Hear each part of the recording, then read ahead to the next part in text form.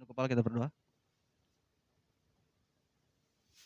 Maha besar Tuhan Bapa kami yang bertahta dalam kerajaan surga. Terima kasih ya Tuhan, di pagi hari ini kami boleh datang kembali ke hadirat-Mu ya Tuhan. Mengucap syukur di mana Engkau telah mengizinkan kami, umat-umat-Mu menjelang kedatangan-Mu yang kedua kali Tuhan, untuk dapat berkumpul kembali. Menguatkan hati kami masing-masing satu sama lain menjelang kedatangan-Mu Tuhan. Untuk kami dapat dipersiapkan bagi hal-hal yang akan datang di depan kami ya Tuhan. Oh Tuhan yang baik, ketika kami akan mempelajari firman-Mu, kiranya Kau memberkati kami dengan Roh Kudus-Mu ya Tuhan. Karena Engkau tahu bahwa kami orang berdosa tidak dapat mengerti akan firman-Mu. Tapi firman-Mu katakan kepada kami, jikalau Roh Kudus datang, maka Ia akan menuntun kami kepada seluruh kebenaran. Berkati kami dengan Roh Kudus-Mu Tuhan. Bantu kami dan biarlah Kau buka mata rohani kami agar kami dapat mengerti setiap firman yang kami dengar.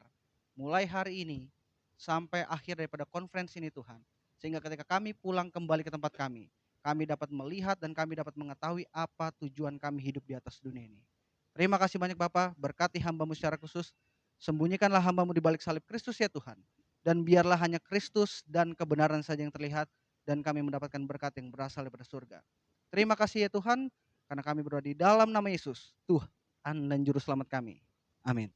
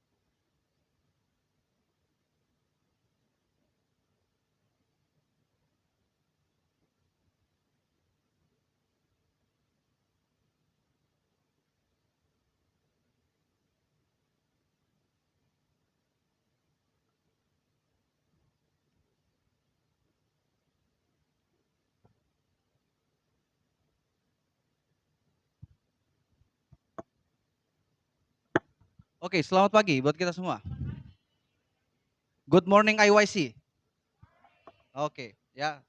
Tidak terasa ya, setelah 2 tahun pandemik saudara, kita bisa dapat bertemu kembali ya dalam acara konferensi pertama, bisa dibilang ya. Konferensi pertama offline ketika kita bertemu bersama-sama di sini dalam IYC.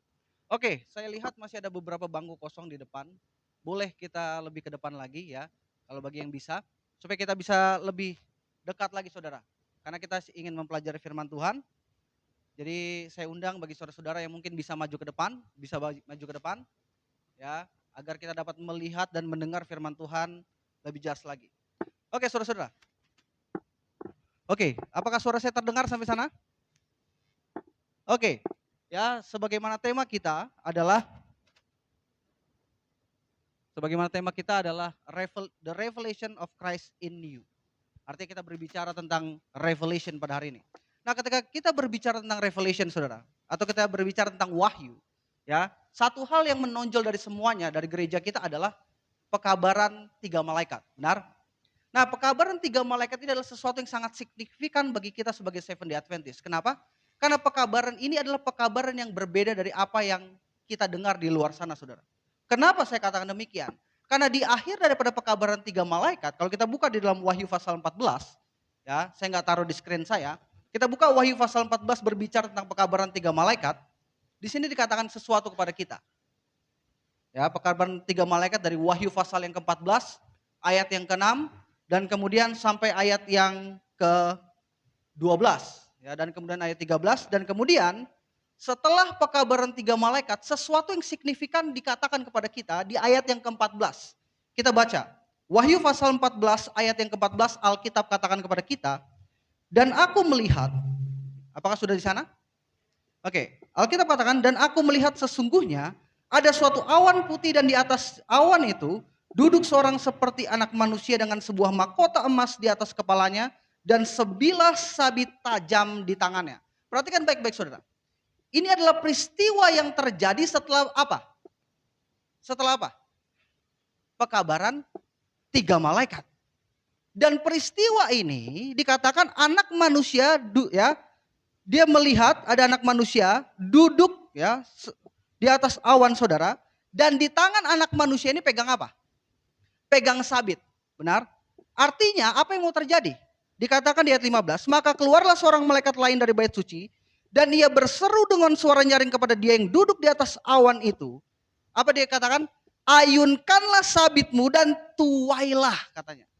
Jadi perintah yang diberikan kepada anak manusia yang duduk di atas awan ini adalah ayunkanlah sabitmu dan tuailah. Kenapa? Alkitab katakan kepada kita, karena sudah tiba saatnya untuk apa? Menuai, sebab tuaian, apa kata dia? Di bumi sudah masak. Artinya saudara, yang akan mempersiapkan dunia ini adalah apa? Pekabaran 3 malaikat. Itulah kenapa kita berbeda dari yang lain saudara. Karena kita punya misi di atas dunia ini adalah menyampaikan pekabaran 3 malaikat. Saya yakin dan percaya selama konferensi ini berjalan saudara ya, selama 4 hari ke depan kita akan mengikuti konferensi ini, kita akan mempelajari apa yang sebenarnya ingin Tuhan sampaikan kepada kita sebagai satu umat. Oke? Tetapi hari ini kita akan buka sesuatu dalam Wahyu pasal 14. Kita kembali buka dalam Wahyu pasal 14. Hari ini kita berbicara tentang Injil kekal, saudara. Mari kita buka dalam Wahyu pasal 14 ayat 4 sampai 6, ya. 14 ayat 6 sampai 7, sorry. Alkitab katakan kepada kita demikian. Dan aku melihat seorang malaikat lain terbang di tengah-tengah langit, dan padanya ada Injil yang kekal untuk diberitakannya kepada mereka yang diam di atas bumi, dan kepada semua bangsa dan suku dan bahasa dan kaum. Pertanyaan saya sebelumnya, siapa yang menulis kitab Wahyu? Yohanes, benar? Nah, Yohanes menulis kitab Wahyu. Tapi hal yang menarik saudara, berapa banyak buku yang ditulis di perjanjian baru oleh Yohanes? Ada yang tahu? Apa aja yang ditulis sama Yohanes? Injil Yohanes, 1, 2, 3 surat Yohanes, dan buku Wahyu. Oke? Dan sangat menarik, Rasul Yohanes, walaupun dia menulis beberapa buku di dalam perjanjian baru, ya, dia menulis ya banyak sekali saudara, tetapi kita hanya menjumpai kata Injil secara khusus Injil kekal hanya di kitab Wahyu dari semua tulisan dia. Ya, artinya ini sangat penting sekali saudara, apa yang mau disampaikan oleh Yohanes. Ya, jadi di sini kita melihat bahwa malaikat ini pada dia ada apa? Ada Injil yang kekal. Perhatikan baik-baik apa yang coba Alkitab jelaskan kepada kita. Pertanyaan adalah, mengapa pada malaikat ini, ya, mengapa malaikat ini menyampaikan Injil kekal ini kemana? Kepada semua bangsa, suku, bahasa, dan kaum. Benar gak? Pertama, malaikat ini punya Injil kekal di tangan dia. Yang kedua, Injil ini harus diberitakan. Kemana? Ke seluruh dunia, bahasa mudanya begitu. Benar? Nah, pertanyaannya adalah, apa alasan dibalik malaikat ini punya Injil kekal dan dia harus beritakan ke seluruh dunia? Alasannya apa? Alasannya terdapat di ayat berikutnya saudara. Dan ia berseru dengan suara nyaring, takutlah akan Allah dan muliakanlah dia. Apa alasannya? Karena telah tiba saat penghakimannya. Jadi alasan mengapa malaikat ini menyampaikan Injil yang kekal, karena jam penghakiman Tuhan telah apa? Telah tiba. Coba kita berpikir sedikit ketika kita baca ayat-ayat ini saudara. Kita melihat alasan kenapa malaikat ini punya Injil di tangan dia, dan kenapa dia harus sampaikan ke seluruh dunia. Alasannya adalah karena jam penghakiman Tuhan telah tiba. Nah, kalau penghakiman Tuhan telah tiba, sekarang coba kita berpikir. Dan Injil harus disampaikan. Jadi, dengan kata lain ada hubungannya antara Injil dan penghakiman. Benar? Logisnya begitu, benar gak? Ada hubungannya antara Injil dan penghakiman, benar gak? Atau dengan kata lain, Injil kekal yang diberitakan oleh malaikat ini adalah sebuah sarana yang Tuhan berikan agar kita bisa melewati apa? Penghakiman. ini yang terjadi saudara. Alasan kenapa di akhir daripada pekabaran 3 malaikat, tuaian masak. Karena Injil kekal ini adalah sebuah sarana yang Tuhan berikan supaya kita bisa melewati penghakiman yang sementara sedang terjadi sejak tahun 1844. Tapi pertanyaannya adalah, apa itu Injil kekal? Benar nggak? Ya, untuk kita dapat melihat saudara, untuk kita dapat mengerti apa itu Injil kekal, kita harus pergi ke kitab Kejadian untuk pahami ini. Nah, berbicara tentang kitab Kejadian saudara, khususnya berbicara tentang manusia, ya, banyak sekali perdebatan. Kalau saya nggak tahu apakah kita ada yang sekolah di luar Advent atau tidak. Saya dari kecil sekolah di luar Advent. Ya, banyak sekali perdebatan terjadi saudara. Bahkan para evolusionis ya mengatakan kepada kita bahwa manusia berasal dari apa? Dari kera kata mereka. Benar? Ya, atau manusia berasal dari makhluk yang lebih rendah daripada manusia itu sendiri dan kemudian berevolusi hingga akhirnya menjadi sempurna menjadi manusia. Demikian kata mereka. Ya. Tetapi Tuhan menjadikan manusia tidak seperti hewan atau makhluk yang lainnya saudara. Ya, yaitu ikan enggak. Tuhan enggak jadikan manusia dari ikan atau dari burung atau dari reptil atau sebagainya. Ya. Tetapi Tuhan menciptakan setiap hewan dan makhluk dan binatang yang lainnya, baik itu ikan, burung atau apapun, itu diciptakan berdasarkan setiap jenisnya. Benar enggak? Itu yang Alkitab katakan kepada kita. Jadi manusia, ya,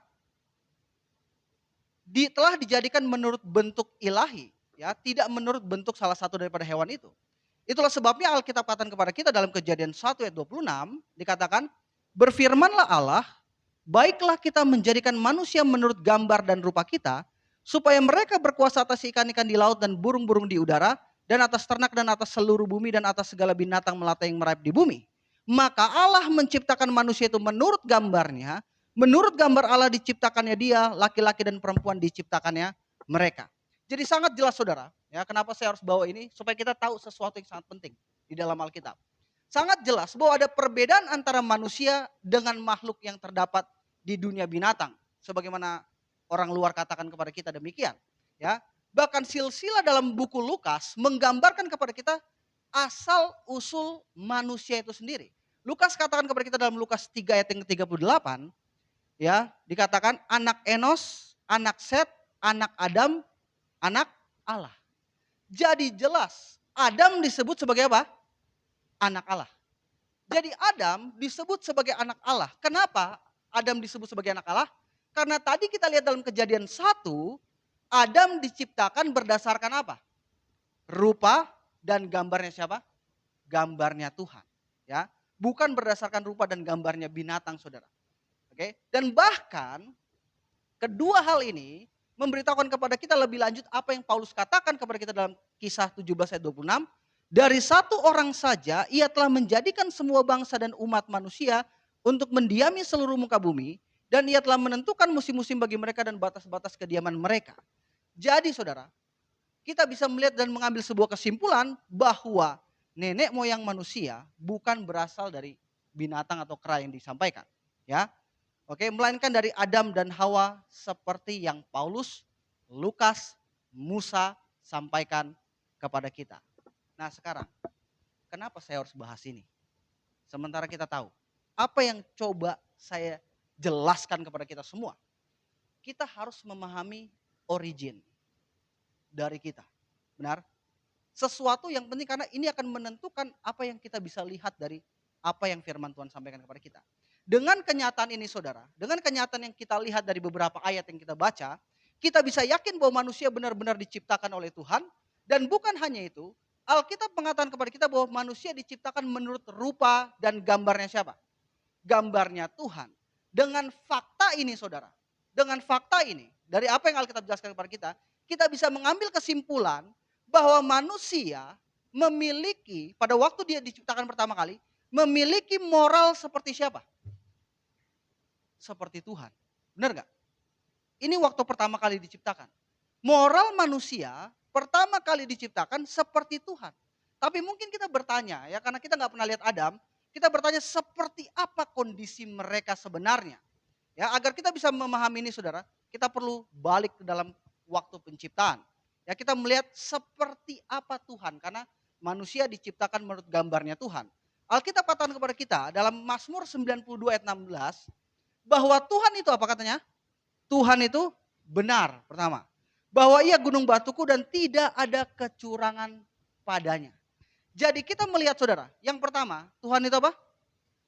Tuhan itu benar. Yang kedua tidak ada apa? Tidak ada kecurangan pada Tuhan. Dengan kata lain, sifat ini ada pada manusia pada waktu kapan? Pada waktu kapan? Diciptakan. Pada waktu keluar dari tangan Haliknya. Manusia itu benar dan gak ada kecurangan sama dia. Benar? Dengan kata lain, sifat ini ada pada waktu manusia diciptakan. Dan bahkan Salomo menggambarkan kepada kita sifat pertama kali manusia waktu diciptakan dalam apa? Pengkhotbah 7 ayat 29. Lihat kata Salomo. Hanya ini yang kudapati. Yaitu apa? Bahwa Allah telah menjadikan manusia yang jujur. Salomo melihat saudara. Pada waktu pertama kali Tuhan menciptakan manusia, manusia diciptakan dengan karakter seperti ini. Ya, manusia ketika keluar dari tangan Haliknya, dia memiliki karakter yang baik, benar, dan tidak apa katanya? Tidak ada kecurangan, jujur, dan seterusnya saudara. Nah pertanyaannya adalah, apakah benar demikian karakter manusia waktu dia diciptakan pertama kali? Bagaimana kita bisa tahu saudara karakter seperti ini? Ya, perhatikan baik-baik bagaimana Alkitab menjelaskan semuanya ini dalam Kejadian 2 ayat 19. Alkitab katakan kepada kita, oke. Lalu Tuhan Allah membentuk dari tanah segala binatang hutan dan segala burung di udara. Dibawanyalah semuanya kepada manusia itu untuk melihat bagaimana ia menamainya. Dan seperti nama yang diberikan manusia itu kepada tiap-tiap makhluk yang hidup, demikianlah nama ya nanti nama makhluk itu. Pertanyaan saya saudara, supaya kita bisa lihat lebih jelas. Siapa yang bentuk binatang? Tuhan. Oke. Terus kemudian ketika dia bentuk binatang, terus kemudian semuanya dibawa ke siapa? Ke manusia. Ketika Tuhan bentuk semua binatang ini saudara, terus kemudian dibawanya binatang ini ke manusia, benar? Terus kemudian perhatikan bahasa yang digunakan oleh Musa. Apa tujuan Tuhan membawa binatang yang dia buat, oke? Dan dia berikan kepada manusia. Apa tujuannya? Ya, untuk melihat bagaimana tuh situasinya saudara. Seperti apa situasi pada waktu itu? Jadi semua dibawa sama Tuhan, contoh seperti ini. Tuhan bawa ke hadapan Adam, terus kemudian Tuhan melihat. Tuhan memantau. Tuhan memperhatikan. Apa yang dia perhatikan? Dia perhatikan apa? Bagaimana manusia ini menamai. Saya mau tanya. Siapa yang buat tadi? Tuhan. Dan kemudian dia kasih binatang ini. Dan siapa yang beri kasih nama binatang? Manusia. Kenapa pertanyaannya begini? Kenapa yang buat Tuhan yang kasih nama manusia? Benar gak? Kenapa seperti ini saudara? Nah, kalau kita lihat, perhatikan baik-baik. Ketika Tuhan memberikan manusia kesempatan untuk memberikan nama kepada setiap binatang yang Tuhan ciptakan, hal yang paling menarik dari semuanya adalah setiap nama yang Adam berikan ditolak Tuhan. Benar? Benar gak? Benar gak? Hah? Setiap nama yang diberikan Adam ditolak sama Tuhan. Apakah demikian ayatnya? Apa yang ayat ini katakan? Ya, setiap nama-nama makhluk hidup ini, demikianlah nanti nama makhluk itu. Apa artinya saudara? Coba kita berpikir sedikit dalam belajar Alkitab. Apa yang terjadi? Setiap nama yang diberikan oleh Adam, Tuhan terima tanpa intervensi sama sekali. Benar gak? Apakah saudara paham maksud saya? Apakah saudara paham maksud apa yang Alkitab jelaskan? Jadi Alkitab katakan kepada kita, setiap nama Tuhan yang ciptakan, dia yang berhak kasih nama, tapi sekarang Tuhan kasih itu izin kepada manusia untuk kasih nama, dan setiap nama yang Tuhan yang Adam berikan, Tuhan gak pernah tolak sama sekali. Artinya apa saudara? Kenapa Tuhan gak tolak? Kalau kita ada dua orang, satu orang punya pemikiran demikian, satu orang punya pemikiran demikian, benar gak? Kita punya pola pikir yang berbeda. Tapi pertanyaan adalah, kenapa setiap nama yang yang Adam berikan dan Tuhan nggak pernah tolak? Misalnya contoh ketika dia melihat ya, ketika dia melihat kepala tinggi, ya kepalanya tinggi terus kemudian badannya tinggi dan kemudian warnanya sedikit kuning, ya ada apa? Bintik-bintiknya dan kemudian Adam bilang, "Oh, jerapah." Lalu Tuhan katakan demikian, "Oh, enggak cocok namanya jerapah. Kasih aja namanya gajah Adam." Apakah Tuhan buat seperti itu? Enggak. Artinya apa saudara? Setiap nama yang diberikan oleh Adam, Tuhan terima. Kenapa? Alasannya adalah karena pikiran Adam dan pikiran Tuhan terhubung. Ini kondisi manusia pada awalnya. Sebuah ya pemikiran mereka terhubung satu sama lain. Itulah sebabnya Alkitab katakan kepada kita dalam Filipi apa? Hendaklah kamu semua dalam hidupmu menaruh pikiran dan perasaan yang terdapat juga pada siapa? Kristus Yesus. Artinya apa? Dulu waktu diciptakan manusia punya pemikiran yang terhubung dengan Tuhan. Ada ratusan jenis binatang saudara. Dan ada burung ya, ada segala macamnya dan segala macamnya saudara. Dan Tuhan tidak pernah mengubah bahkan satu nama pun yang diberikan oleh Adam. Saya ulangi sekali lagi saudara. Artinya apa? Pemikiran Adam dan pikiran Tuhan terhubung satu sama lain. Dan oleh karena hubungan itu saudara, apapun keputusan yang dibuat oleh Adam, Tuhan pasti terima. Karena terhubung. Inilah yang berkali-kali saudara, dalam kitab Yohanes, terhubung ini dibicarakan. Karena kenapa? Karena Yohanes adalah orang yang paling dekat dengan siapa? Dengan Yesus. Lingkaran terdepan, terdekat dengan Yesus. Dan dia berbicara banyak sekali tentang terhubung dengan Yesus. Dan ini yang terjadi saudara. Jadi Tuhan menciptakan manusia dengan karakter yang baik. Tetapi saudara, ya, karakter ini tidak bisa dikembangkan, ya. Karakter ini harus dikembangkan sedemikian rupa agar karakter ini bisa berkembang. Tuhan gak bisa ciptakan karakter. Waktu dia keluar, karena dia ada keluar dari tangan Khalik, dan Tuhan itu seperti itu, ya seperti itu.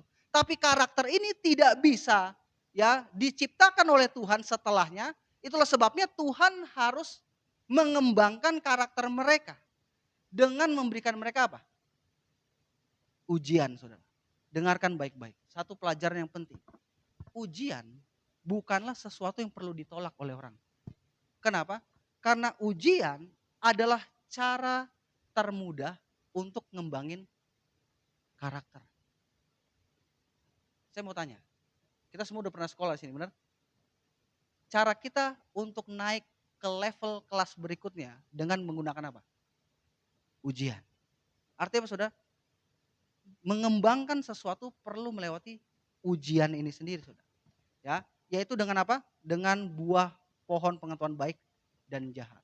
Tapi mungkin kita bertanya, kalau begitu, kalau Tuhan memberikan ujian buah pohon pengetahuan baik dan jahat, kalau begitu Tuhan dong yang buat manusia jatuh. Saya mau katakan enggak demikian saudara, cara berpikirnya. Karena Tuhan tidak pernah mencobai. Kita perlu memahami. Alkitab katakan kepada kita, dengarkan baik-baik. Yakobus 1 ayat 13. Apabila seorang dicobai, janganlah ia berkata pencobaan ini datang dari mana? Dari Tuhan. Kenapa? Sebab Tuhan tidak dapat dicobai oleh yang jahat dan ia sendiri tidak mencobai siapapun. Perhatikan saudara. Artinya apa? Yang saya mau katakan supaya kita bisa lihat perbedaan antara pencobaan dengan ujian. Jadi waktu dia berikan kepada Adam adalah ujian yang mana dia bisa naik ke perkembangan level karakter dia. Itu bukanlah pencobaan saudara. Yang Tuhan berikan pada waktu itu. Kenapa? Karena manusia dicobai oleh apanya? Keinginannya sendiri. Saya mau tanya saudara supaya kita bisa lihat lebih lanjut lagi. Saya mau bertanya. Di mana posisi setan di Eden? Di mana? Dia ada di mana? Ada di mana dia posisi setan di Eden? Saya seperti mendengar desau air bah di sini. Ada di mana? Di pohon apa? Kenapa dia nggak ada di pohon yang lain? Pernah nggak kita tanya? Kenapa dia nggak ada di pohon lain? Kenapa dia hanya di pohon itu? Karena ini saudara, keinginan. Waktu Tuhan menciptakan manusia, mereka punya keinginan untuk makan, benar gak? Itu gak salah. Tapi dia bisa berdiri setan di tempat di mana ada keinginan. Ini yang terjadi saudara. Dia gak akan datang di tempat tidak ada keinginan. Apakah saudara paham? Itulah sebabnya pencobaan yang diberikan kepada saya dan saudara berbeda. Karena mungkin saudara ingin itu tapi saya gak ingin itu. Jadi setan gak akan buat itu, benar gak? Ini yang terjadi. Jadi yang saya mau katakan saudara dalam cerita ini apa? Bahwa Tuhan memberikan ujian. Dan tujuan ujian adalah agar manusia mencapai level yang lebih lagi dalam hal karakter mereka. Tapi masalahnya adalah setan sering menggunakan ujian dari Tuhan untuk mencobai siapa? Mencobai manusia. Dan dalam kasus ini kita bisa lihat siapa saudara? Contoh yang paling besar adalah apa? Ya kasusnya Adam dan kasusnya siapa? Berikutnya. Hawa, Abraham dan yang lainnya, benar gak? Ujian yang datang dari Tuhan yang setan gunakan agar dia apa? Agar dia bisa jatuh. Karena kenapa saudara? Karena setiap hal yang kita lakukan ya, agar kita bisa berkembang karakter kita, maka yang harus kita lakukan adalah kita harus selalu menolak kejahatan. Setiap kejahatan yang ditolak, maka karakter itu akan terus berkembang lebih lagi saudara. Maka karakter manusia akan bisa berkembang. Tetapi kalau kita tahu saudara, akhir cerita ini adalah tragis. Apa yang terjadi? Di mana pada akhirnya manusia makan pohon pengetahuan baik dan jahat. Alih-alih karakter mereka meningkat, manusia mengalami degradasi moral. Ini yang mau saya sampaikan saudara. Dan hasil degradasi ini, Alkitab katakan kepada kita dalam Roma 3:23, karena semua orang telah berbuat dosa dan telah kehilangan kemuliaan Allah. Jadi manusia bukan hanya apa? Bukan hanya apa saudara? Bukan hanya berdosa, tapi apa? Kehilangan kemuliaan Allah. Perhatikan baik-baik saudara. Jadi ada dua masalah yang dihadapi oleh manusia. Masalah yang pertama adalah apa? Dosa. Dan masalah yang kedua adalah karakter yang hilang. Benar gak? Nah, jadi karakter Adam yang sempurna saudara, pada waktu keluar dari tangan Khaliknya, sekarang karakter ini berganti dengan karakter dosa. Bukan hanya dosa manusia, tapi karakter yang tadinya adalah karakter Tuhan, karena diciptakan menurut rupa dan gambar Tuhan, sekarang menurut rupa dan gambar dosa yang terjadi.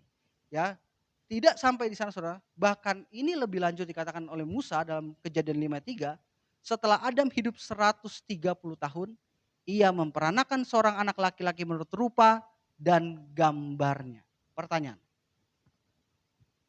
Kejadian 5 ayat 3, ini setelah kejadian berapa? Setelah kejadian 3 atau bukan?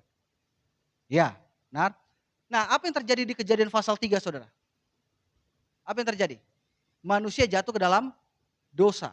Dalam kejadian pasal yang pertama ayat yang ke-26, manusia diciptakan menurut apa? Rupa dan gambar Tuhan. Benar? Waktu manusia diciptakan menurut rupa dan gambar Tuhan, dan kejadian pasal 3 manusia jatuh ke dalam dosa, dan kejadian pasal yang kelima Alkitab katakan kepada kita, Adam memperanakan seorang anak laki-laki menurut rupa dan gambarnya. Pertanyaannya adalah rupa dan gambar Adam yang mana? Saat ini. Sebelum jatuh ke dalam dosa atau setelah jatuh ke dalam dosa saudara? Setelah jatuh ke dalam dosa. Dengan kata lain, Adam memperanakan keturunannya setelah dia jatuh ke dalam dosa dengan kondisi dia yang telah jatuh dalam dosa. Dan kondisi yang telah jatuh dalam dosa ini saudara, sekarang diturunkan kepada keturunannya. Dengarkan baik-baik saudara. Saya katakan kondisi dosa, bukan dosa. Karena dosa gak diturunin, benar? Kita gak percaya dosa diturunin saudara. Karena Alkitab tidak katakan demikian.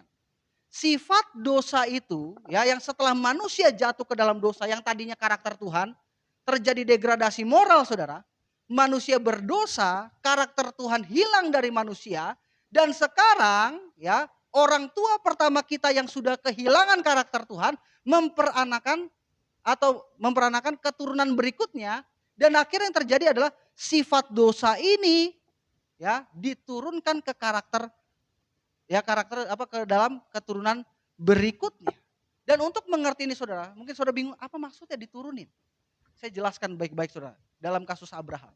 Saya mau bertanya, Abraham punya ya, ketika Abraham datang ke Mesir, apa yang Abraham katakan kepada Firaun?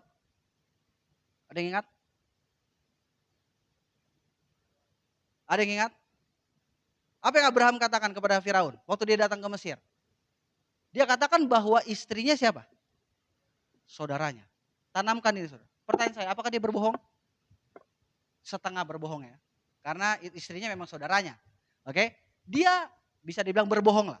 Nah kemudian yang terjadi, apakah Abraham punya anak? Siapa anaknya? Ishak. Apa yang terjadi pada Ishak? Pelajaran berikutnya saudara. Saudara tahu ceritanya dengan Abimelek? Apa yang dilakukan dengan Abimelek? Dia melakukan hal yang sama yang dilakukan oleh siapa? Oleh bapaknya. Dengan mengatakan bahwa istrinya siapa? Saudaranya. Artinya saudara, dia tipu orang lain. Ini Abraham. Terus kemudian keturunan dia yang berikutnya tipu orang lain, benar gak? Pertanyaan saya, siapa anaknya Ishak? Yakub dan Esau. Dan apa yang dilakukan Yakub? Dia nggak tipu orang lain lagi. Siapa yang dia tipu sekarang? Bapaknya sendiri. Dan Yakub punya anak. Benar gak? 12 anaknya, benar? Dan sekarang Yakub ditipu sama siapa? Anaknya lagi. Saudara bisa lihat gambarannya. Artinya apa saudara? Itu bukan dosa yang diturunin. Itu sifat, karena gen ini melekat di dalam manusia. Itu sifat yang diturunkan yang Tuhan katakan, ya aku akan membalas kepada keturunan ketiga dan keempat. Bukan artinya Tuhan itu suka balas dendam, enggak saudara. Maksudnya adalah kalau sifat ini terus ada di keturunan berikutnya, maka yang harus terjadi adalah dia akan menanggung apa yang ditanggung sama bapaknya. Bukan dosanya diturunkan saudara. Karena Alkitab tidak katakan demikian. Jadi saudara, kalau itu nggak diputus, maka itu akan terus berlanjut, berlanjut, dan berlanjut yang terjadi saudara. Sehingga yang terjadi adalah bukan keinginan Tuhan lagi. Degradasi ini terus ke bawah, ke bawah, ke bawah, dan ke bawah. Sehingga bukan keinginan Tuhan lagi saudara, yang dijalankan oleh manusia, melainkan keinginan siapa saudara? Alkitab katakan kepada kita, iblislah yang menjadi bapamu dan kamu ingin melakukan keinginan-keinginan bapamu. Jadi jelas saudara, setelah manusia jatuh dalam dosa, secara alamiah, hal yang ingin dilakukan manusia adalah keinginan siapa? Setan. Senang atau tidak dengan ini saudara, tapi kenyataannya adalah setelah manusia jatuh ke dalam dosa, hal-hal yang diinginkan oleh manusia adalah keinginan-keinginan yang setan inginkan. Dan sebagai akibatnya karena ini terus dilakukan saudara, keinginannya terus dibuat, maka Alkitab katakan kepada kita dalam Roma 3 ayat 9, jadi bagaimana? Adakah kita mempunyai kelebihan daripada orang lain? Sama sekali tidak, sebab di atas telah kita tuduh baik orang Yahudi maupun orang Yunani, bahwa mereka semua ada di bawah kuasa dosa. Jadi karena karakter yang terus turun temurun ini saudara, yang terus terjadi dalam manusia sepanjang 4.000 tahun ya, hampir 6.000 tahun saudara, dan mereka terus menjalankan keinginan-keinginan setan, dan sekarang yang terjadi adalah manusia harus berada di bawah apa? Kuasa dosa. Karena mereka terus berbuat seperti ini, sehingga yang terjadi kuasa dosa ya, manusia berada di bawah kuasa dosa. Nah pertanyaan adalah apa arti di bawah kuasa dosa saudara? Artinya adalah berada di bawah kekuasaan dari dosa itu sendiri. Manusia berada di bawah kekuasaan dosa. Dan sekarang majikannya siapa? Tuan dosa. Dan seorang majikan harus kasih apa? Upah. Dan upah dosa adalah maut. Ini yang terjadi saudara. Ketika manusia mengalami degradasi ini, dan akhirnya yang terjadi adalah manusia berada di bawah kekuasaan dosa, sampai Tuhan katakan kepada kita dalam Yeremia, dapatkah orang Ethiopia mengganti kulitnya? Atau macan tutul mengubah belangnya? Masakah kamu dapat berbuat baik, hai orang-orang yang biasa berbuat jahat? Perhatikan baik-baik saudara. Saya mau tanya, orang Ethiopia ini kulitnya apa? Hitam. Pertanyaan saya, Tuhan katakan, ini bicara tentang manusia, keadaan manusia. Dapatkah orang Ethiopia mengganti kulitnya? Saya mau tanya, bisa nggak orang Ethiopia ganti kulit? Bisa dong. Michael Jackson, bisa nggak? Tapi pertanyaan saya begini saudara, coba kita pikirkan. Masakah Tuhan nggak tahu apa yang terjadi di masa depan, benar nggak? Artinya saudara, apa maksud Tuhan? Sekalipun Michael Jackson, si kulit hitam, dan kemudian dia jadi kulit putih, pertanyaan saya, secara genetik dia tetap apa? Kulit hitam. Apakah saudara paham apa yang coba dijelasin sama Tuhan? Tuhan mau coba jelaskan, walaupun mungkin manusia bisa ganti, tampakan luarnya, genetik mereka seperti ini. Artinya saudara, ya, yang coba dijelaskan oleh Alkitab kepada kita adalah gen mereka tetap mencatat bahwa manusia ya adalah berdosa setelah dia jatuh dalam dosa. Ingat saudara, sifat ini sekarang melekat dalam diri manusia. Itu begitu melekat ya saudara. Ya, sehingga kita berada di kekuasaan jahat, bahkan sampai Paulus harus katakan demikian kepada kita saudara. Ya, sebab aku tahu bahwa di dalam aku, yaitu di dalam aku sebagai manusia, tidak ada sesuatu yang baik. Sebab kehendak memang ada di dalam aku, tapi bukan hal berbuat apa yang baik. Jadi Paulus katakan kepada kita saudara, bahwa di dalam dia, sebagai manusia yang telah jatuh dalam dosa, tidak ada sesuatu yang apa katanya? Sesuatu yang baik saudara. Ya, dan lanjut dikatakan di ayat 19, sebab bukan apa yang aku kehendaki yaitu yang baik yang aku perbuat, melainkan apa yang tidak aku kehendaki yaitu yang jahat yang aku perbuat. Jadi apa yang terjadi di sini saudara? Dengan kenyataan ini, Paulus rindu melakukan yang baik, benar? Paulus katakan kepada kita, ya, dia katakan aku mengendaki yaitu yang baik, tapi yang terjadi adalah apa? Sebaliknya. Dia pingin lakuin sesuatu yang baik, tapi yang terjadi bukan sesuatu yang baik yang dia lakukan, melainkan apa? Hal yang gak baik. Ya, jadi terjadi sesuatu yang terbalik di sini saudara. Ya, artinya apa yang mau coba dijelaskan oleh Paulus dalam Roma 7 ayat 18 sampai 19 ini saudara? Sesuatu yang kita tidak harapkan untuk kita lakukan, itu malah yang kita lakukan. Benar gak? Pertanyaan saya, apakah ini adalah hal yang sama yang sering kita rindukan? Kita melihat diri kita coba lakuin sesuatu yang baik. Tapi yang terjadi adalah hal-hal buruk terus yang kita buat saudara. Nanti kita akan lihat masalahnya di mana. Bahkan Paulus menjelaskan lebih lagi di ayat yang ke-23, tetapi di dalam anggota-anggota tubuhku aku melihat hukum lain yang berjuang melawan hukum akal budiku dan membuat aku menjadi tawanan hukum dosa yang ada dalam anggota-anggota tubuhku. Jadi inilah kondisi di mana manusia yang telah jatuh dalam dosa itu sendiri saudara. Dosa benar-benar berjuang ya untuk menawan manusia agar melalui anggota-anggota tubuhnya ini saudara, ya, keinginan-keinginan yang ada di dalam anggota tubuhnya, manusia akan terus-menerus melakukan dosa. Dan ini adalah cycles yang akan terus terjadi dalam kehidupan manusia. Di mana manusia menginginkan yang baik, tapi yang terjadi adalah sebuah struggle di dalam diri mereka. Ya, mereka mencoba untuk berbuat baik, tetapi karena memang sudah sifatnya jadi seperti itu karena dosa saudara, maka yang terjadi adalah dia melakukan sesuatu yang berlawanan dari apa yang dia harapkan. Ini yang terjadi dalam kehidupan kita saudara.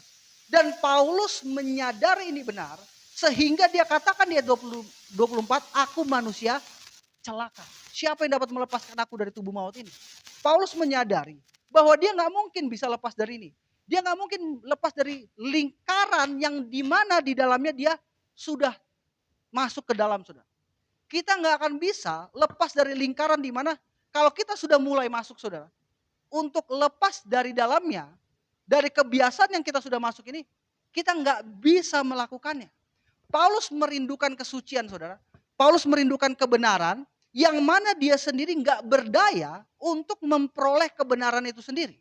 Dan ia berseru katanya, aku manusia celaka. Jeritan yang demikian saudara, adalah jeritan yang keluar dari bibir orang-orang yang dibebani dosa seumur hidup mereka. Apakah pernah kita merasakan hal seperti ini dalam kehidupan kita? Kita tahu itu nggak baik. Tapi kita terus lakukan, dan kita terus lakukan sampai akhirnya kita nyerah. Kayaknya nggak mungkin saya lakuin sesuatu yang baik.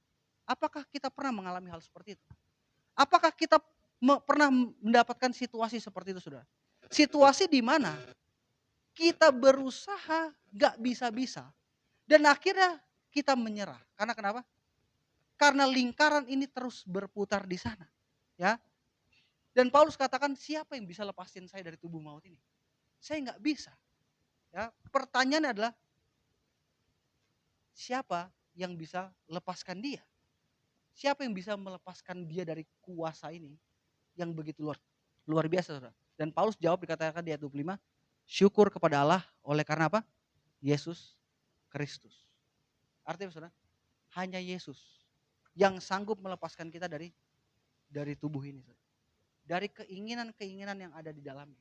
Tapi mungkin kita katakan, saya biasa dengar ini.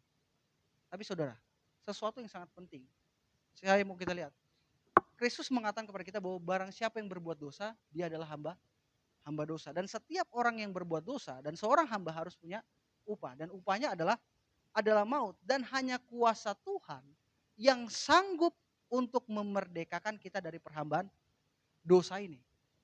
Tetapi masalahnya adalah, ya, kita nggak benar-benar merdeka saudara. Hanya Yesus yang bisa mengembalikan kita ke posisi di mana Adam tadi ada.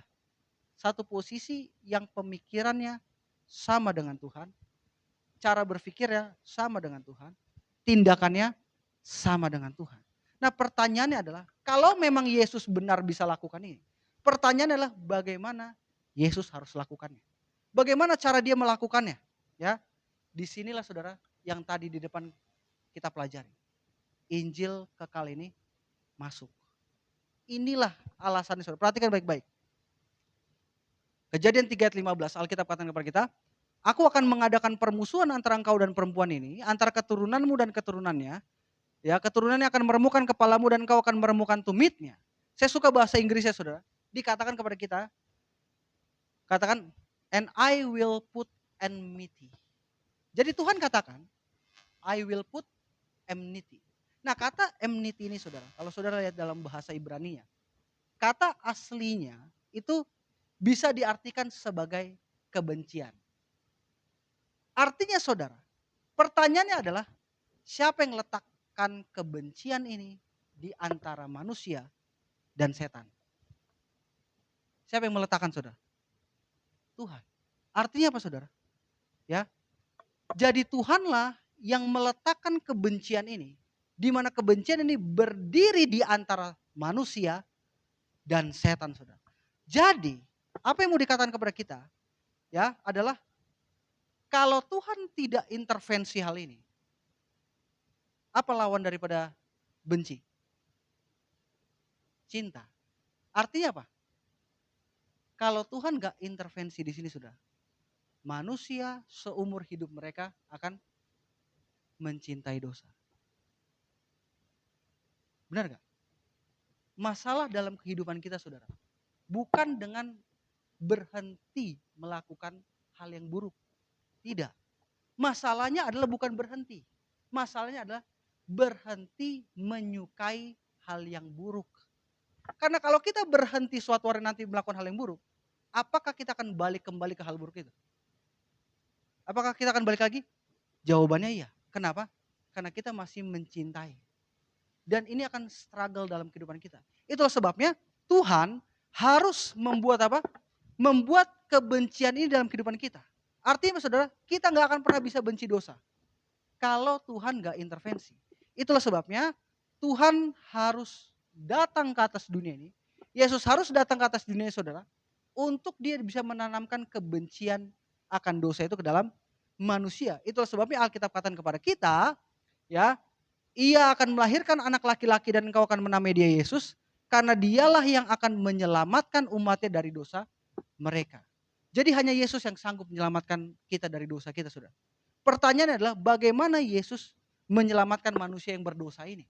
Bagaimana cara Yesus mengubah sifat manusia yang mencintai dosa ini, saudara? Ya, yang sudah menyatu dengan dosa ini, bagaimana cara dia melakukan hal ini? Paulus katakan kepada kita, dia dalam Ibrani 2 ayat 14 dan 15, karena anak-anak itu adalah anak-anak dari darah dan daging, maka ia juga menjadi sama dengan mereka, yaitu Yesus, dan mendapat bagian dalam keadaan mereka, supaya oleh kematiannya ia memusnahkan dia itu iblis yang berkuasa atas maut, dan supaya dengan jalan demikian itu dia jadi manusia, ia membebaskan mereka yang seumur hidupnya berada dalam perhambaan. Jadi Kejadian 3:15 yang katakan kepada kita bahwa Tuhan harus meletakkan kebencian dalam di antara manusia dengan setan, dengan cara dia datang ke atas dunia ini, maksudnya adalah alasan kenapa Yesus harus datang sebagai manusia, agar dia bisa melepaskan kita dari perhambaan ini, saudara. Perhambaan yang mana kuasa dosa sudah meliputi kita sebagai manusia. Di mana kita nggak mungkin lepas dari lingkaran yang ini kalau Tuhan nggak datang. Dan ini yang terjadi, saudara. Dan alasan Yesus jadi manusia agar dia selain daripada membebaskan kita dari perhambaan, dia harus menjadi sama seperti apa? Seperti kita. Dia harus menjadi sama seperti kita, saudara. Dia harus benar-benar mengambil segala suatu hal yang sama seperti kita. Nah, pertanyaannya adalah, waktu dia datang ke atas dunia ini, saudara, menjadi sama seperti kita, ini alamiah Adam yang sudah jatuh atau belum? Kondisi Adam yang sudah jatuh yang diambil Yesus atau belum? Yang sudah jatuh, saudara. Kenapa? Kalau Yesus mengambil kondisi Adam yang belum jatuh, Yesus nggak bisa jadi apa? Jadi juru selamat. Benar nggak? Dia mengambil kondisi Adam yang setelah jatuh dalam dosa. Ya, artinya, saudara, apapun yang kita rasakan, kelemahan apapun yang kita rasakan, saudara, ya, Yesus harus merasakan hal itu. Tapi pertanyaannya adalah, kenapa Yesus harus lakukan ini? Dikatakan kepada kita dalam Ibrani 2:18, sebab oleh karena ia sendiri telah menderita karena pencobaan, maka ia dapat menolong mereka yang dicobai. Jadi coba kita simpulkan kembali, saudara, apa yang Alkitab jelaskan kepada kita. Yesus harus datang sebagai manusia untuk bebaskan kita dari kondisi ini. Ya, dia datang sebagai manusia, membebaskan kita dari perhambaan dosa. Dan Yesus datang sebagai manusia, mengambil alamiah kita, ya, dengan segala kelemahannya, kata Paulus.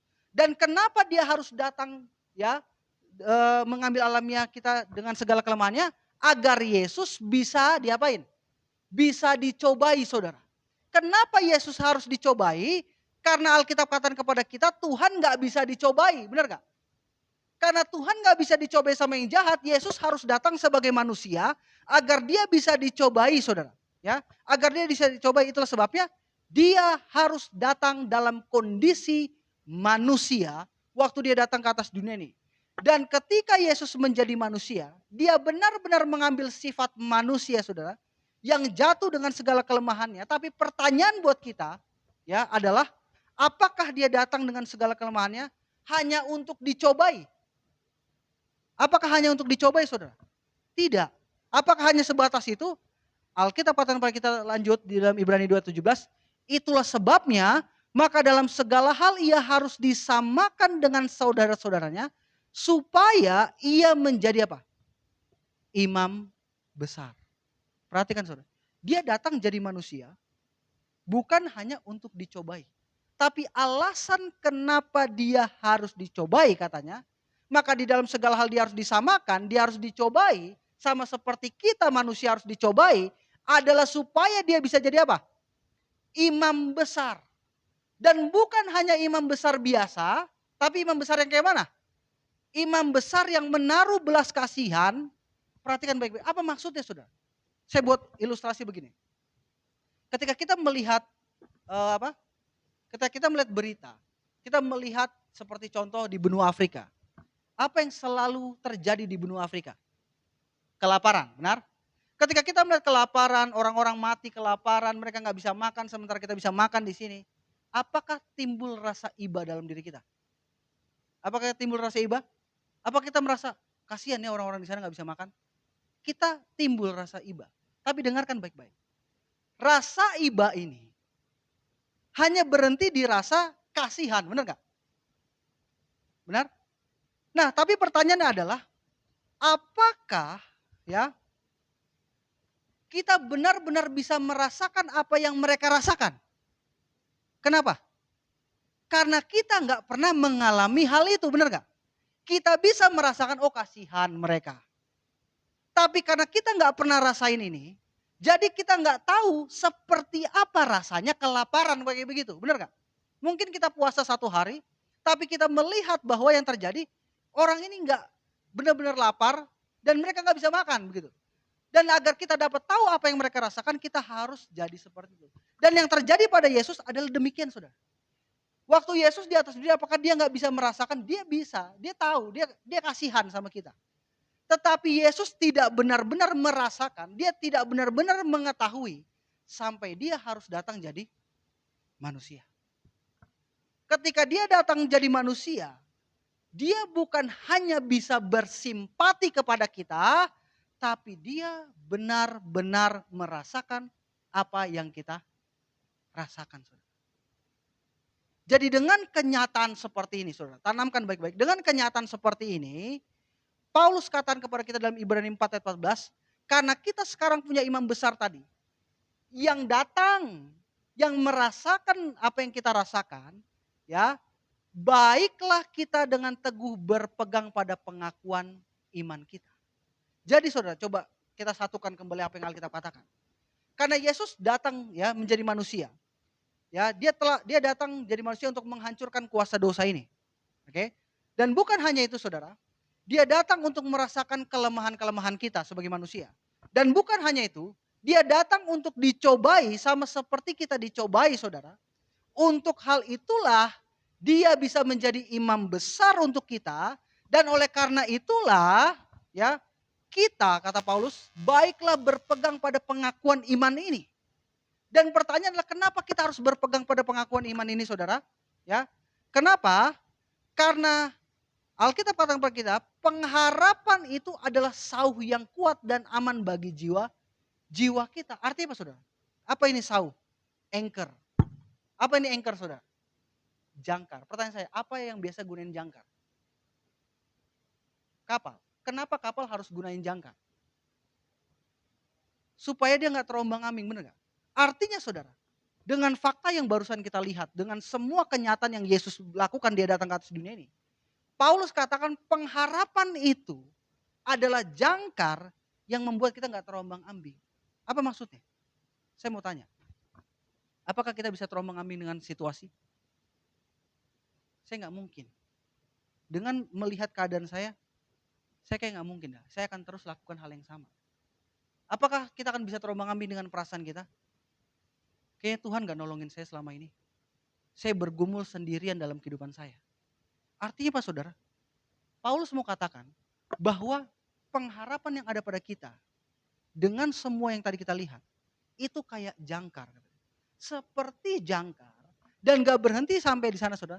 Yang mana katakan kepada kita ya bahwa jangkar ini ya, pengharapan ini yang adalah jangkar, saudara, yang kuat bagi jiwa kita sehingga kita nggak perlu terombang-ambing ya. Pengharapan ini, saudara, dibawa masuk ke mana?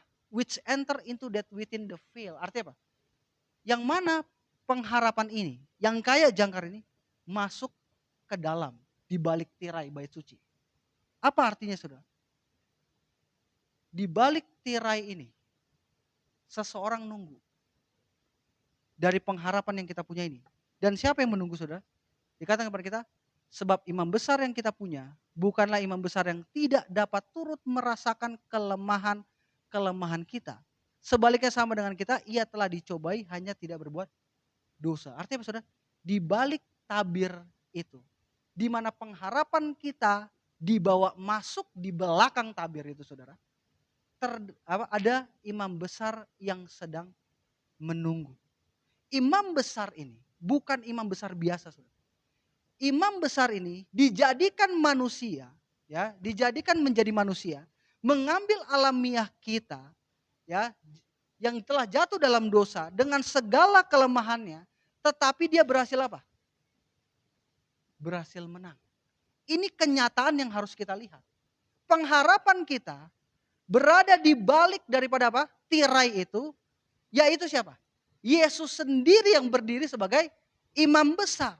Dan Paulus katakan lebih lanjut setelah dia katakan ini, sebab itu dengan kenyataan bahwa di balik tirai itu ada pengharapan, yaitu imam besar yang merasakan kelemahan-kelemahan kita, imam besar yang tidak jatuh di dalam dosa, imam besar yang mengerti semuanya. Paulus katakan sebab itu marilah kita dengan penuh keberanian menghampiri tahta kasih karunia, supaya kita menerima rahmat dan menemukan kasih karunia untuk mendapat pertolongan kita pada waktunya. Artinya saudara, kita harus menghampiri tahta itu. Karena di tahta itu ada pengharapan seperti jangkar. Kita harus menangis di bawah tahta itu, saudara. Kita harus menceritakan setiap kelemahan-kelemahan kita. Karena imam besar yang ada di sana, imam besar yang memahami setiap apa yang terjadi dalam kehidupan kita. Dia bukan hanya bersimpati, saudara, tapi dia tahu titik terlemah dalam kehidupan manusia. Dia memahami, dia mengerti di mana titik terlemah dalam kehidupan kita. Dia tahu akan hal itu, saudara. Karena kita punya pengharapan yang jangkar, ya, pengharapan jangkar ini, saudara, yang nggak bisa goyah, yang kuat, di mana kita akan mendapatkan apa? Kasih karunia ini untuk mendapatkan pertolongan pada waktunya. Dan jaminannya, saudara, ketika kita masuk ke dalam untuk melihat imam besar kita, dan imam besar kita adalah imam besar, bukan imam besar biasa, tapi imam besar yang merasakan kelemahan-kelemahan kita. Dia bukan hanya bersimpati, tapi dia tahu di mana titik paling lemahnya kita, di mana dia bisa bantu kita, ya. Dan dia tahu, ya, itu sebabnya Paulus katakan kepada kita ada sebuah jaminan. Yaitu apa? Karena itu, dia katakan, ia sanggup juga menyelamatkan dengan sempurna semua orang yang oleh dia datang kepada Allah, sebab ia hidup senantiasa untuk menjadi pengantara bagi mereka. Artinya apa, saudara? Yesus memberikan jaminan bahwa setiap orang yang datang, katanya, akan apa? Diselamatkan dengan sempurna. Artinya apa, saudara? Ini pengharapan yang seperti jangkar. Ya, Tuhan sanggup menyelamatkan kita dengan sempurna. Pertanyaan, apa itu sempurna? Apa arti sempurna, saudara? Seluruhnya, benar gak? Tanpa terkecuali. Artinya apa, saudara? Ketika kita masuk dengan pengharapan di balik tabir, di mana imam besar kita berdiri, jaminannya adalah kalau kita datang ke sana, Tuhan sanggup menyelamatkan dengan sempurna. Ini bukan janji manusia, saudara. Ini adalah janji apa? Ini adalah janji Tuhan. Artinya apa, saudara? Kita kembali ke pertanyaan kita tadi. Apa hubungannya antara Injil dan penghakiman? Artinya, Injil adalah satu sarana yang Tuhan gunakan untuk bisa apa? Menyelamatkan kita atau melewatkan kita dari penghakiman ini. Artinya apa, saudara? Ketika kita datang di masa-masa seperti ini, janji Tuhan kepada kita adalah apa? Dia sanggup menyelamatkan kita dengan sempurna. Artinya apa, saudara? Kalau ada di antara kita yang hari ini, yang pada akhirnya tidak akan selamat, itu bukan karena siapa? Bukan karena Tuhan. Bukan karena Tuhan tidak mampu menyelamatkan kita. Bukan karena Tuhan tidak mendengarkan kita, saudara.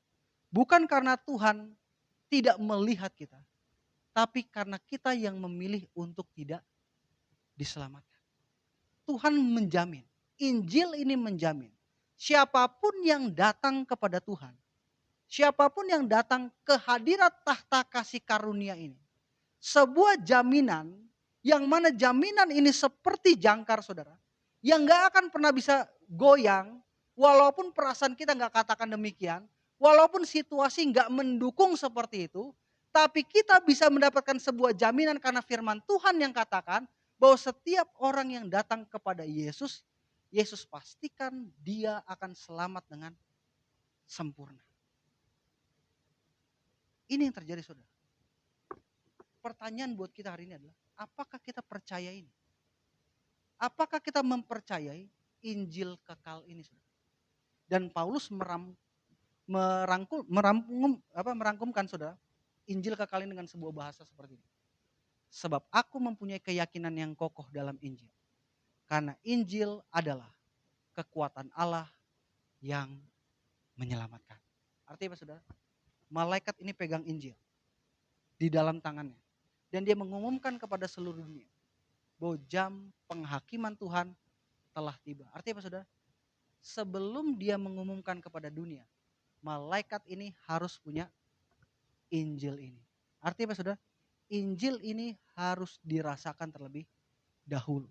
Kuasa Tuhan yang menyelamatkan ini saudara, kuasa Tuhan yang mengubahkan kehidupan kita haruslah dirasakan terlebih dahulu sampai kita saudara. Sehingga yang terjadi adalah kita bisa sampaikan kepada di luar bahwa ada sesuatu yang berbeda. Ada sesuatu yang jauh berkuasa. Saya mau bertanya saudara, apakah orang di luar sana tahu merokok itu salah? Mereka tahu, ada tulisannya, benar nggak? Tapi masalahnya adalah bukan di situ salahnya saudara. Masalahnya adalah mereka tidak tahu ada kuasa yang menyanggupkan mereka untuk apa? Lepas dari semua itu. Apakah orang tahu bahwa menonton porno itu salah? Tahu saya rasa, setiap orang yang nonton. Tapi kenapa mereka terus menerus? Karena mereka nggak tahu ada kuasa ini. Ini sama dengan kita saudara. Bukan karena kita nggak tahu, tapi kita nggak percaya pada pengharapan seperti jangkar ini. Panggilan buat kita saudara, pada pagi hari ini adalah, apakah kita benar-benar mempercayai apa yang Tuhan katakan. Mungkin selama ini saudara, dalam kehidupan kita diombang-ambingkan oleh perasaan kita. Kalau kita lagi happy, kita merasa bahwa Tuhan dekat dengan kita. Kalau kita lagi sedih, kita merasa bahwa Tuhan jauh dari kita. Tapi saudara, firman Tuhan sampaikan kepada kita hari ini, jangkar ini, pengharapan ini seperti jangkar yang tidak akan goyah. Yang tidak akan goyah saudara. Bukan karena perasaan kita diombang-ambingkan. Bukan karena keadaan yang kita alami. Tapi karena firman Tuhan yang katakan demikian kepada kita. Jadi kita harus mempercayai ini saudara, bahwa Tuhan sanggup menyelamatkan dengan sempurna. Bagaimana caranya? Saya nggak lanjutkan di sini saudara. Di pertemuan kita berikutnya, apa yang harus Tuhan buat? Karena ini janjinya Injil kekal ini, bahwa dia harus selamatkan kita dengan sempurna. Tapi panggilan buat kita saudara, pada hari ini, mungkin selama ini kita datang ke gereja, kita mendengarkan firman Tuhan, tanpa kita menyadari kuasa di balik pengharapan yang ada pada kita. Kalau kita merasa bahwa selama ini dalam kehidupan kita menjalankan kehidupan agama kita hanya seperti itu saja Tuhan. Tapi pada hari ini kita diingatkan oleh firman Tuhan bahwa ada kuasa di balik pengharapan ini. Sebuah kuasa yang bahkan kuasa maut sekalipun gak bisa ambil dari kita saudara. Apa yang terjadi? Saudara tahu kenapa Ayub mengalami semua hal buruk saudara? Setan bisa ambil harta benda kita, benar? Setan bisa ambil orang-orang yang kita kasihi. Setan bisa ambil apa? Kesehatan kita. Tapi satu yang gak bisa diambil, pengharapan yang ada pada kita. Panggilan buat kita saudara, pengharapan ini begitu kuat. Setan gak bisa ambil, tapi mungkin dia bisa ambil dari situasi-situasi yang dia bentuk untuk kita pada akhirnya apa? Kutukilah Tuhan dan matilah. Jadi jangan pernah mendengar apa yang setan katakan saudara. Jangan pernah kita diombang-ambingkan oleh perasaan kita. Kita hidup bukan berdasarkan perasaan kita. Kita tidak digerakkan oleh apa yang perasaan kita katakan atau situasi apa yang terjadi dalam kehidupan kita. Tapi kita hidup berdasarkan apa yang firman katakan. Walaupun perasaan tidak katakan demikian saudara. Walaupun perasaan kita mengatakan enggak mungkin. Walaupun keadaan mengatakan kepada kita seperti itu. Tapi kita harus tetap percaya. Berpegang teguh sama seperti siapa? Seperti Ayub. Ya, bahwa Tuhan sanggup menyelamatkan. Jadi saudara, Kalau kita rindu untuk katakan kepada Tuhan, Tuhan, mungkin selama ini saya diombang-ambingkan oleh perasaan saya. Mungkin keadaan telah membuat saya jauh daripada Tuhan. Tapi hari ini saya mendengar dari firman-Mu bahwa saya memiliki sebuah pengharapan. Sebuah pengharapan yang mana jaminannya adalah keselamatan yang sempurna. Artinya apa saudara? Saya mau tanya, lebih mudah selamat atau hilang? Lebih mudah selamat daripada hilang. Tapi kenapa kita selalu berpikir seperti itu saudara? Karena kita dibebankan dengan perasaan-perasaan. Kita dibingungkan dengan keadaan ini. Tanpa kita melihat apa yang Alkitab katakan. Biarlah pada pagi hari ini saudara, kita lebih diyakinkan lagi oleh firman Tuhan. Sehingga kita bisa katakan kepada Tuhan, Tuhan mulai hari ini saya berkomitmen kepada Engkau untuk mempercayai apapun yang firman-Mu katakan, sekalipun perasaan dan keadaan tidak memungkinkan. Kalau itu ada kerinduan saudara, saya mengundang kita semua untuk berdiri dan kita berdoa.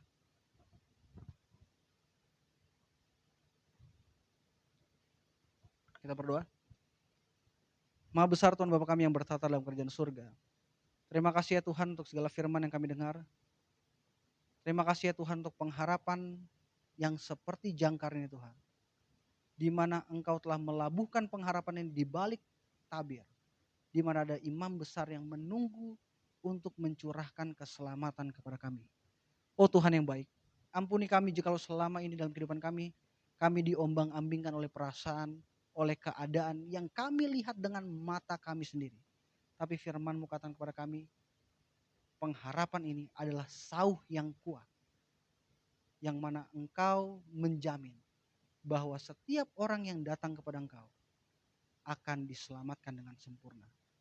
Berkati kami Tuhan, berikan iman kepada kami, bantu kami untuk mempercayai Engkau, walaupun keadaan dan perasaan tidak mengatakan demikian.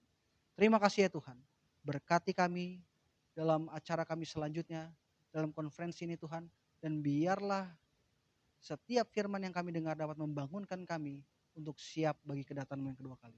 Terima kasih Tuhan, karena kami berdoa di dalam nama Yesus, Tuhan dan Juru Selamat kami. Amin.